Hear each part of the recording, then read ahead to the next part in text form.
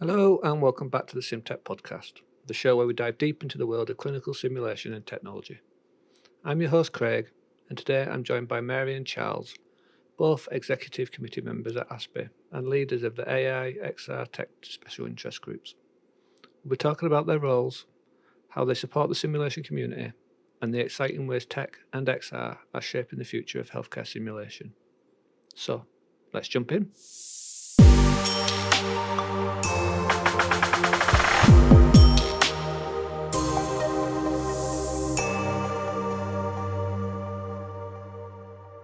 Hello and welcome back to another episode of the SimTech podcast. Today we're going to be jumping almost behind the scenes and maybe taking a little look at our ASPIH partners. And to help me to do that, I've brought along some very special guests. Mary, would you like to introduce yourself? Hi, I'm Mary Holding. First and foremost, I'm a simulation technician for West Herts Teaching Hospitals Trust, and that's in the East of England region. But I'm also a technician representative on the ASPIH Executive Committee board, and I've been working with them for a couple of years now. And Charles, introduce yourself. Hi there, Craig. So my name's Charles Everard. My day job is I work at the University of Greenwich.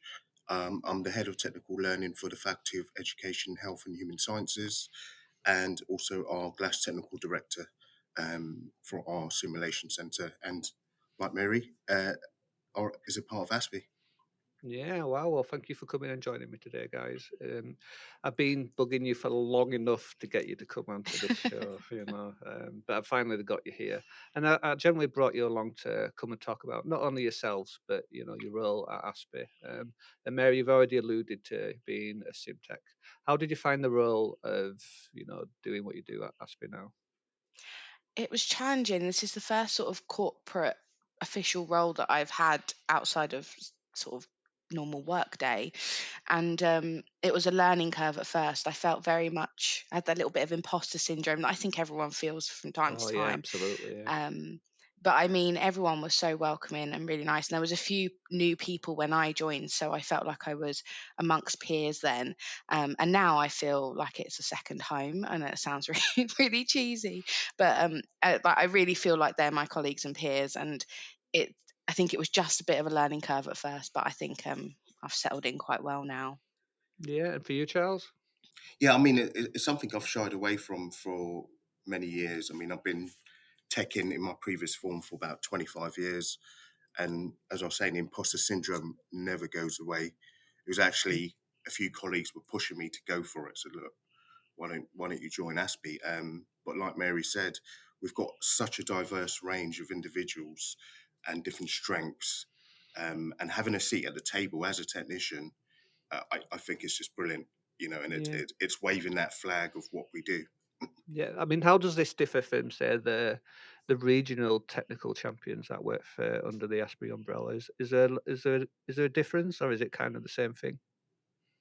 I think there is a difference. I think with the regional champs, they do a lot of really good work on the ground floor. I mean, I'm also East of England champion as well, and I had a few months' experience in that before I then joined the exec. Um, and I think it's just being able to build that community.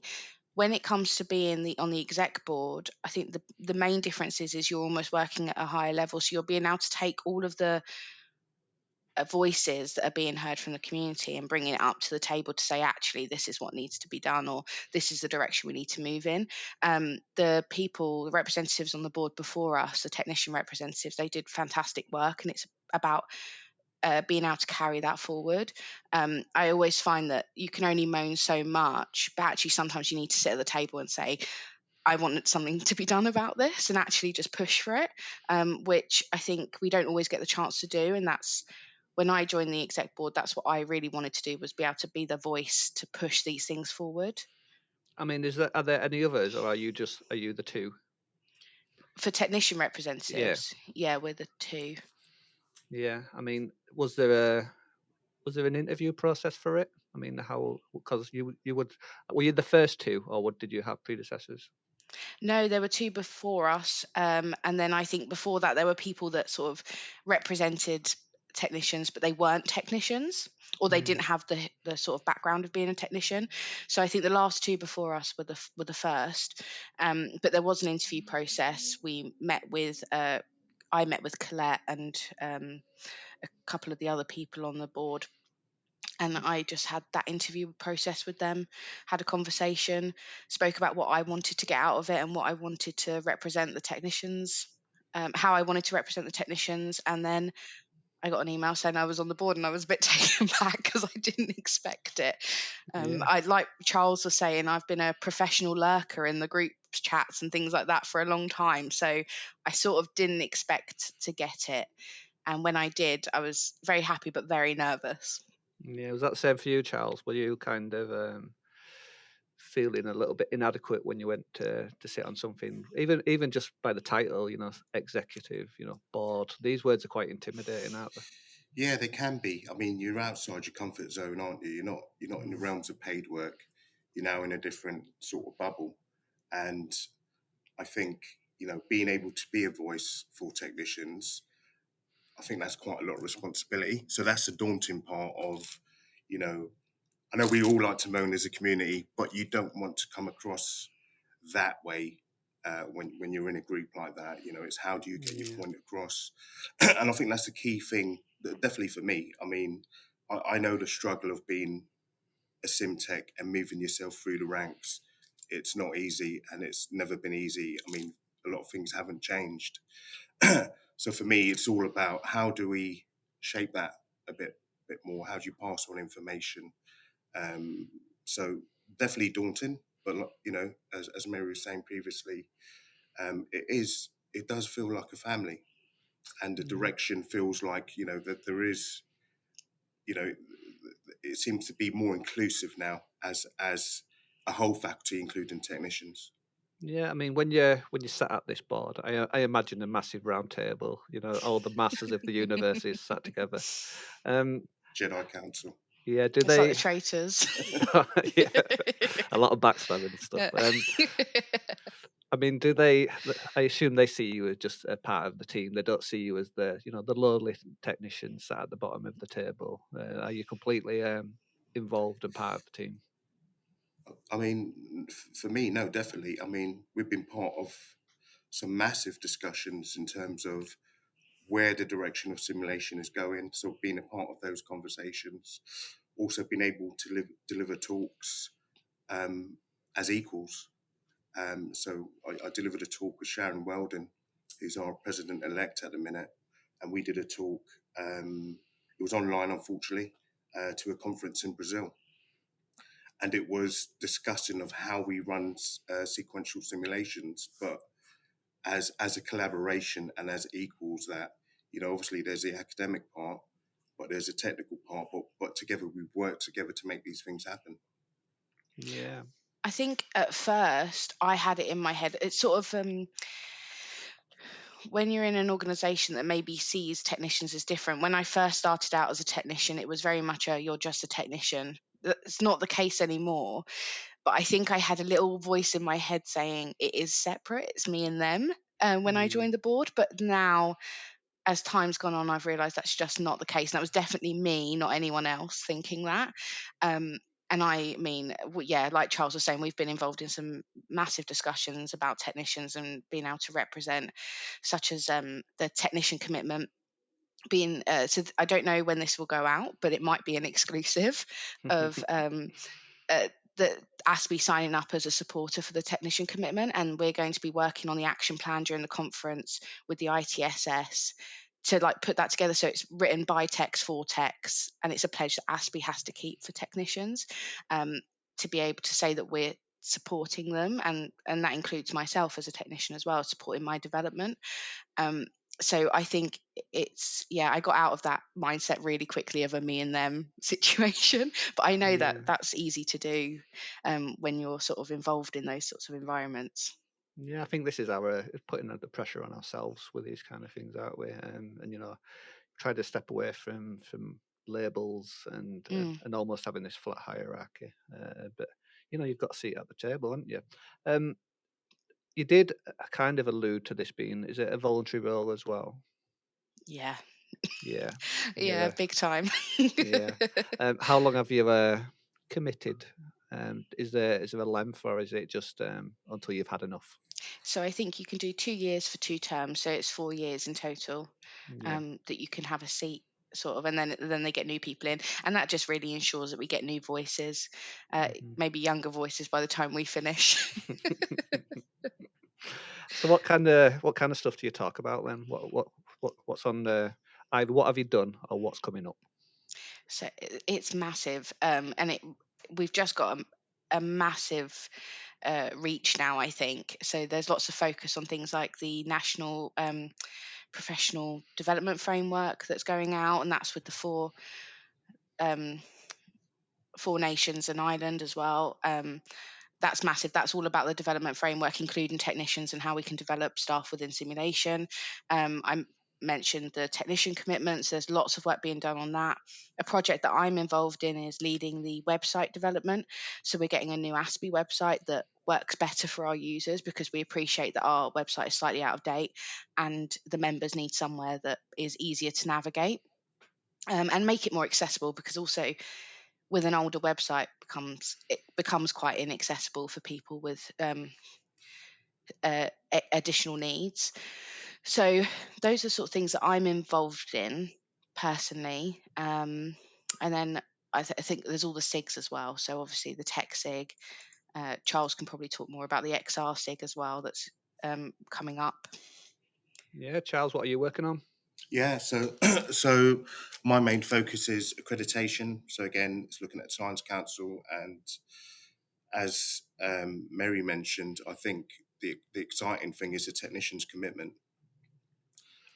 which is very early stages, and that's something I'm looking forward to being involved in, because the Science Council is great in terms of having some sort of recognition, but they don't really deal with the career progression or CPD aspects, which I think the Science not connection, commitment will kind of fit nicely in terms of leadership, some CPD provision. Um, Also involved in some research projects. So one with um, the Simulation Center at Harvard University. So we did, and some industry partners as well. So there's a few of us that get around the table.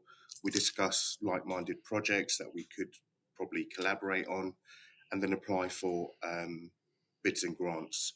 Unfortunately, we was unsuccessful in the last one, so we're going to go again and see what we can do there.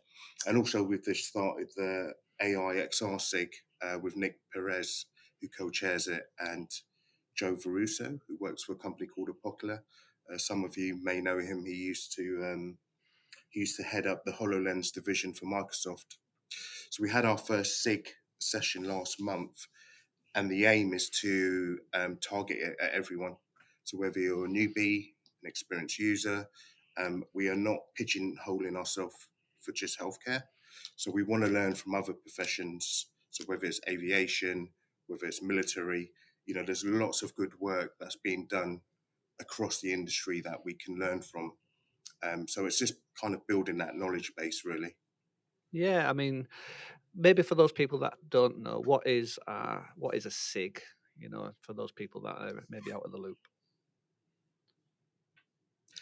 SIG is it's a special interest group, really. So anybody that has an interest in maybe debriefing, I know the HEI SIG has just started yesterday, and that's really, again, we all have our different issues in different places. So hospitals and trusts have their own issues. HEIs have a completely different set of issues.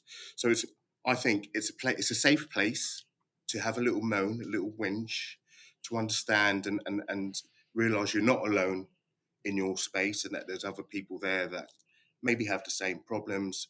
Definitely for the technician's sake, I'm a bit of a lurker on that, and Mary and Chris Gay kind of lead on that, and Chris has been, way before us. He's been leading that tech sig, um, and I see it as, right. Come on, you're with like-minded people. It's an open space for conversation. Let's share some tips and tricks. If you didn't know information, maybe on how to service a mannequin or whatever, there's a community there that would help you. And also, one of the important things that has come out of the tech sig is kind of the career development aspect of looking at job descriptions on a national level. So I think it's a good space to, SIM's such a big beast, right? You need to break it down and to kind of tackle individual issues to fit a wider plan. So that's what I would say SIGs are Yeah. there for. Is there a difference between maybe what the NHS England are doing? Because they have also like a monthly meeting, a little mini conference where a lot of XR enthusiasts get together to talk about projects and stuff. What's the difference, or is there much? So I think we was very careful about that. I know there's two that exist, and I think Nick is on the other one for Yeah. NHS. They're more targeted for healthcare professionals, and they don't have industry presenting on it. So I think it's a targeted audience that's mainly NHS based. So the one that we've created through ASPIH, we want innovators on there. We want industry partners. We want it open to everyone, if that makes sense. I Yeah, think so if someone's got a project or they're working on something, they can come and share it at the 100%. SIG. It's a showcase. It's showcasing good use cases of how XR and AI is being used. I mean, there's loads out there, right?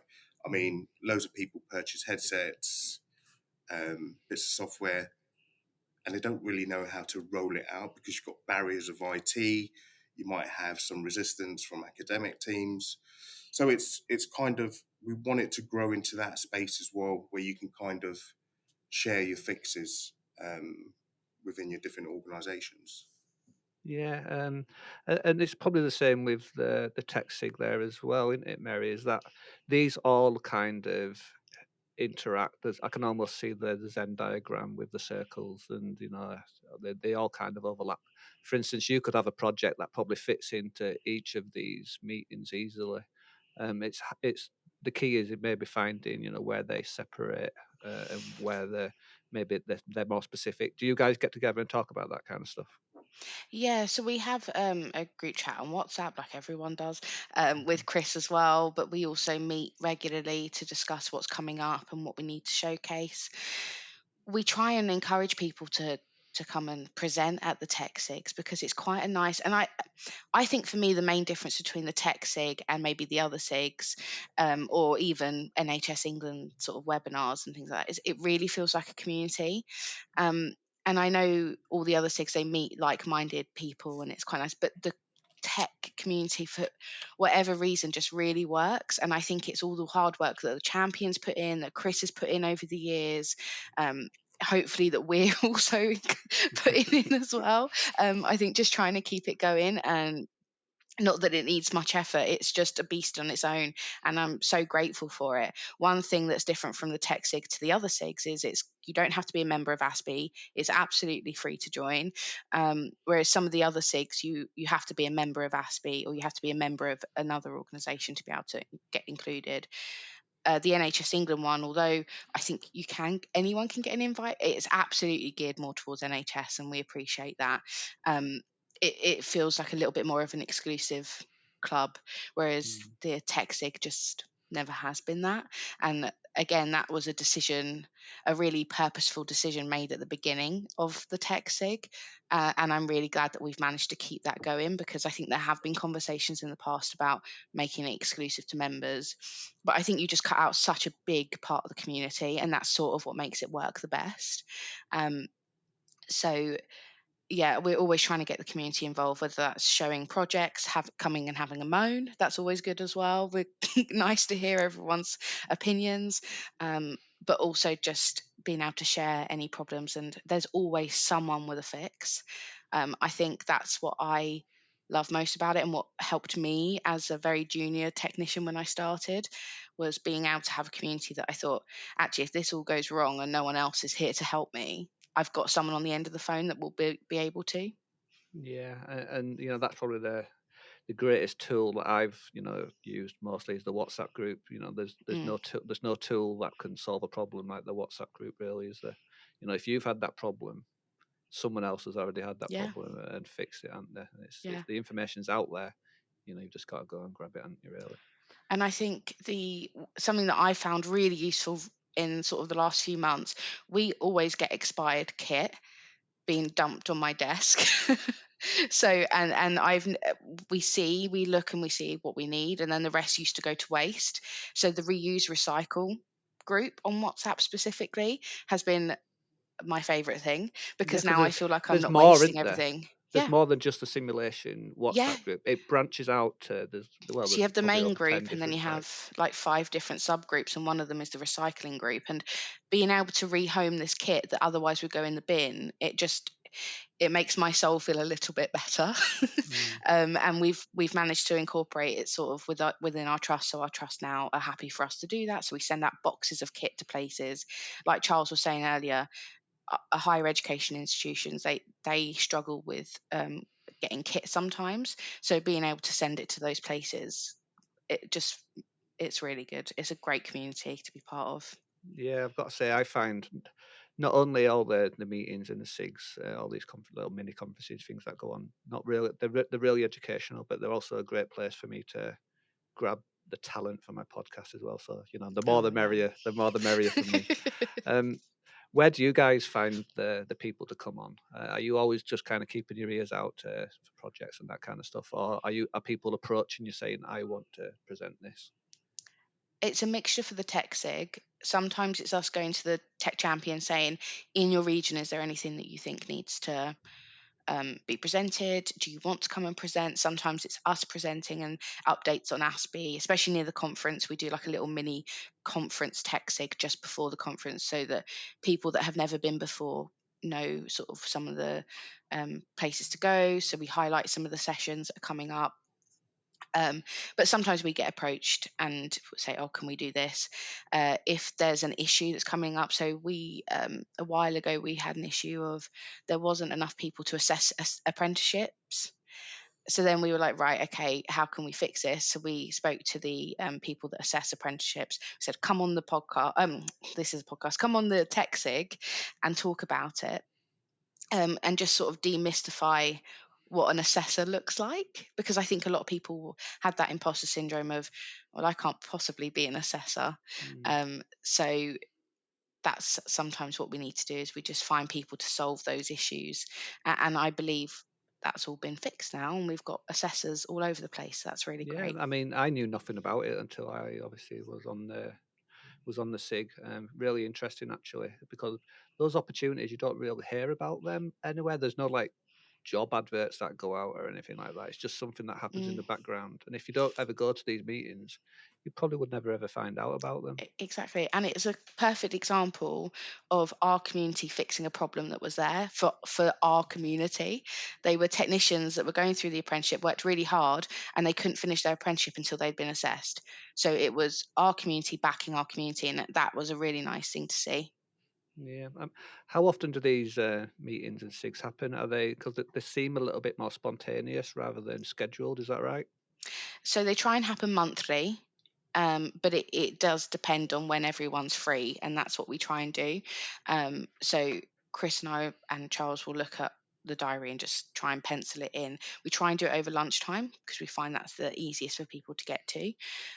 Even if they have their cameras off and they're eating their sandwich, they can listen in. Um, so we try and do it monthly. Sometimes, especially over summer, that can be quite difficult with annual leave and things like that. But we try not to leave it too long between sessions. Yeah. Is it same for the XR SIG there, Charles? Yeah, I mean, as I mentioned, we had our first one. Was it this month? It was this month. It's So been a yeah, long month. it has been a long month. Yeah, we're targeting a monthly um, um, type of meeting if we Yeah. can. But again, it's about lining up speakers, um, whether they're industry partners or innovators. We'll probably skip November purely because it's ASPIH month, and there's a lot of preparation in many different things that we need to do. But the goal is, yeah, to have a monthly kind of rolling agenda. Yeah. I assume you're both going to ASPIH. Is it part of the package? Um, I'm not. I am, but I'm not, and I'm not. If that makes sense. So I'm there Yeah. for the pre-course workshops, but I'm involved in something else called King's Live, which is an event I've been running for 15 years, and it always falls on the same week as ASPIH. But usually there's a day kind of leeway, but this time it's bang, smack in the middle. So you're going to what they're calling the experience part of the. I'm going to the experience part. I'll do, and then leave Tuesday before the main conference to do this other gig I've got at King's. Mary, you going? Yeah, I'm going to all of the conference, and I'm working with Chris on the TechSig, so the yearly sort of in-person meeting. But then I'm also doing a workshop with Sarah Allen from the ITSS to work on that action plan for the technician commitment. And so we'll be sending that out to all the technicians that are going, because it's really important that we get the right people in the room to discuss those things. Is there going to be much difference from, because the technician commitment's been presented at a few different conferences already? Is there going to be much to build on from what's already out there, or Yeah, is it? so this is focused on ASPIH's action plan. So there'll be a little bit of a thing that intro that people would have maybe heard already, just saying, hi, we're ITSS, this is what we do. And then I will come in and say a little blurb about why ASPIH's joining the technician commitment, which seems quite obvious, but I think to some people maybe it's not. And then we'll be doing a workshop getting technicians to put together an action plan, because I thought it was really important. And actually, not just me, everyone thought it was really important to have technicians informing the action plan, since it's about them and it affects them. And we really want ASPIH to be more of a voice in the technician community and be a voice for the technician community. I, one of the things that I always get when I go to ASPIH is I get massive FOMO. They have all these channels, don't they, of things that people can go to. Do you ever get the same kind of thing, especially when you're presenting? Do you ever look at it and go, oh, you know what, I feel like I would love to go there, but I'm tied up with this. I think if anything, it speaks to the excellent content that is actually in the program. And I think there's always sessions that I miss out on that I'd love to have seen. But then I go and try and connect with the speaker and maybe connect with them another time, or try and get them, if it's to do with tech, maybe, or a technician related thing, maybe we get them on the TechSig, get them to speak about it. So I think there's always opportunities. The best thing about conference and any sort of in-person event is being able to network with these people and being able to highlight those sessions, then go and connect with them after, even if you miss their session. But I think that's just part to play. This year we have fought tooth and nail to make sure the main tech events don't really clash with each other. So I'm hoping that we get a good enough audience for all of those technician related events. Yeah, I can only imagine you around this massive table, trying to decide what goes on into the timetable. I can It's only imagine the impossible. chaos. Yeah, it's absolutely impossible. I mean, I have noticed that maybe a year or two ago it was all VR. I feel like this year there's been a massive boost in AI and avatars and all these things coming into the program this year. Do you think that's intentional? Do you think that that's the direction that we see ASPIH going this year? I don't know. I think we've seen a boost in AI in general. The events that we've seen over the year, from Sim and Skills to the South and North Tech Days as well, they've all incorporated AI in some way. And I think it's just the general direction of tech. So not necessarily ASPIH, but I think it's something we just have to consider and get on board with, because it's going to happen whether we like it or not. Yeah, that box And is open. seeing how we can really use it to our benefit rather than sort of work against it, I think is probably where it's going. But Charles is the expert on XR and AI anyway. Yeah. For you, Charles, do you think that we've seen a boost in AI? I think there's definitely an emergence of more companies that are providing this type of technology. Is it the future? 100%. I think, like Mary said, I think it's going to happen whether we like it or not. From a university perspective, the budgets aren't there anymore. So the budgets we used to have for providing mannequins, technical support, HPLs, actors, it just isn't there. So it's looking at other ways that you can teach your students, and if that is an AI avatar, um, I definitely think there's some value there, because you can almost scale that across 2,000 students, where trying to run sim for that Yeah. amount is just not going to happen. So I think we're going to have to be creative moving forward of how we run sim, not change it, but it's almost like a timeline of where does this fit, where do you bring that in, and where does that fit. So I think the landscape is definitely changing. Yeah, I mean, you've almost got to embrace it, haven't you? Because otherwise you'll be left behind. You know, 100%. I mean, I've just maybe a couple of weeks ago, I showed my head of simulation the sim flow, where essentially you're talking to this AI patient, and then it gives you unbiased feedback at the end. And normally he'd be like, "Oh, it's AI," but he couldn't believe how Mm, fluid Yeah, and how quick the responses are and how much feedback it gives you. Quote by quote, you said this, you should have kind of said this kind of stuff. mm. And if you give that to 100 students, undergrad, that kind of stuff, you know, it almost how could you kind of ignore that kind of that tool? I think it's great for that sort of instant feedback. I think where it falls short is that sort of longer form a debrief type conversation. Um, which, I mean, for students, it might be great just having that really quick feedback to learn and revise. But I think in a hospital setting, when we're talking about slightly more complex human factors, things like that, maybe more senior staff, it becomes quite, and we don't necessarily need to scale it up quite as much. I Mm. think that's where AI sort of falls short at the moment. They've not been able to close that gap. So Yeah, I I mean, think, without getting into conspiracy theories, I don't think humans are useless just yet. no, but that's the thing is, over the last year, you kind of see it sneaking in, and I've seen the improvement and how quicker the response are getting. I think it was only maybe a year ago I was speaking to SimConverse that are kind of doing the same thing, and there might have been two or 3 seconds gap in between the responses. Now they're getting it down to 1 second, yeah, and then I was on one. I can't remember what meeting it was. Now they lip sync. They're putting it onto avatars links using. I can't remember Mm, what the software was, and now you've got this person saying the AI responses. And you're right, we had a little talk about how does this fit into simulation, high fidelity simulation, and we couldn't see a use for it. Not yet. Is no. is the Well, is the I question? Is the think answer? when we were at the South uh, SimTech Day with the Russ's Day Mm, at Oxford, they had Murno on the anatomy tables. And I think one thing that we can't do in necessarily high fidelity sim, but we can do on that, is they can represent every single sort of diverse patient that you might see, any sort of presentation. And I think that is where AI is going to come in really useful.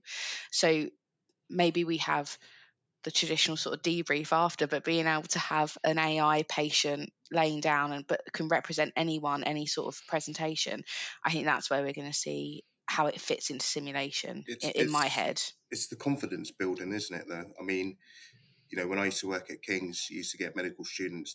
They might do 2 sims a year, if you're lucky, and then go into placement. So what's happening in between? So I think AI tools, or immersive tools, or digital tools, they kind of fill that gap, don't they? So it's the repetition of, how do I communicate with this Mm. patient? How do I take a history? So when you get to your next sim, you're not kind of just chucked in, cameras on, let's stream. There's a level of confidence there now. So I think that's the role that it plays, is that confidence building. There's yeah, something quite fun about being thrown in at the deep end, though, isn't there? yeah. I mean, I like to come back to the phrase, that simulation is not a technology. Yeah, It's a technique. Although I feel like it's sometimes shifting a little bit. Eventually, I don't want to know where we're going to be in 5 or 10 years, but You know, do you think there will be a point where we're using all these different technologies and people are taking a step back, or do you think it's always going to be person led? I think it'll always be person led. I Yeah. think the technology is there to enhance how we can run it. And I think technology is a great thing to have, but you could have a Resuscian on the table and you could still make it feel just as realistic. It's the debriefing and all the sort of conversations that happen afterwards, all the learning that happens, and that's definitely human led. It's not just the technical skills that you get from simulation, unless it's a specific clinical skills based session. I mean, in my trust we separate it, so clinical skills is separate from simulation. I know that's not the same everywhere, and we say to everyone, we're not here to look at your technical skills. This is all human factors, and so for us, there would be no simulation without that human input. Said like a true simulationist. There you go. Charles, are you rooting for the robot, or are you still human led? I think there's room for everyone, really. I think AI included. Charles is playing it safe, making sure the AI takeover, he's fine. yeah, no, I definitely think there's room for everything, isn't it? It's a long timeline, but again, it's pulling out. It's like having your Batman belt. It's pulling out the right tool for the right time. It's how we can use it for us, That's isn't how we it? can use it. I mean, the biggest constraint is funding, is money, it's the financials, and it always comes back to how much money do you have. So you'll do whatever. So if you've got no money, then you're back to, like Mary said, you've got a resus Annie and you're making things up. You throw it in any room. But if you've got a lot of funding, then you're going to have an array of tools. So it all comes down to financials, doesn't it? Yeah, I mean, just because it's low fidelity, it don't mean it has to be low quality. I No, think I Exactly. always say, our faculty days, I say, high fidelity does not mean high technology. Because they see all of the kit when they're new faculty and they think, oh my god, we can use all of this. I'm like, you don't need all of this. Sometimes you need a person sitting in a chair, and that's okay. Yeah, sometimes you're in danger of watering things down, isn't it? Like you said, you've got all these toys and people just want to use it Yeah. when it's not needed. You think you don't need all that. yeah. Sometimes it's really easy to forget why we're here. Exactly. It's all about patient safety and outcomes at the end of the day. And sometimes the message get lost with all these toys and stuff. You just forget. They are fun Sometimes though. they are. Yeah. That's the problem. They are really fun. All right, guys, coming to the end of our time. Anything you'd like to say before we sign off? I just wanted to highlight one of the other projects. I realised I could have said it earlier, but actually I wanted to highlight it under the technician champions, because they're the people that are really bringing this forward, is the mentorship program. So we mentioned, and I know this has been mentioned over the conferences that we've had over the summer. But it was when I first started in ASPIH with Charles, we both started at the same time. We started floating the idea of a mentorship program. It never really took off. But then in this recent sort of few months, we've had a few of the tech champions, sort of headed by Dan Blood, Russ Sinclair, and Alex Saunders as well, to create basically a mentorship group. And we help with that. We're trying to hopefully collaborate with SimGhost as well to try and provide training, because they've got a very successful mentorship program over in the US. And we're hopefully launching the pilot at ASPIH to be able to say this is going to happen. That will take about 6 months, and then we'll be able to launch it properly next year. But that's just some of the work that happens when these technician champions get together. And I just really wanted to highlight some of the great work that's being done in the tech sig, because we wouldn't really be doing half this stuff without them. No, and you're right. It sounds like we've got a whole other podcast there, Mary. Once things get Absolutely. up and run, and you're right. And maybe I'll use this opportunity to say that I'm probably going to be taking over from Tom up in the northeast as one of the regional champions Fantastic. as well. So he's either had enough or his time's up. But he's asked me if I'd come and help him out. So And I mean, that shows the kind of person he is. He recognised that he didn't have the scope to be able to do this job anymore, to be able to hand it over to someone who can or who wants to. And I think that takes a specific sort of person, and that's a really good person to be able to see that that's the case, because there's no time limit for tech champions, but it's nice to be able to get new people in, and he obviously trusts you to put your name forward, and I think you're a great candidate for that. Yeah, and you're right. It's easy to forget that these people are volunteers. They're doing it Yeah. off their own back, and most of the time they're doing it in their own time when work's too busy. So these are, they are essentially champions that are fighting the causes on people's behalfs. Exactly. And it's building off of the work that we're standing on the shoulders of other people that have been here before us, haven't we? And trying to put our best foot forward for the techs. Yeah. All right, guys. Charles, you got anything you want to say before we sign off? Just really that I think the technician community is really thriving at the minute. I mean, and we've had support from SMOTS for the last couple of years to allow technicians to attend conference, which has been absolutely amazing. They didn't have to do it, but they did it for 2 years in a row.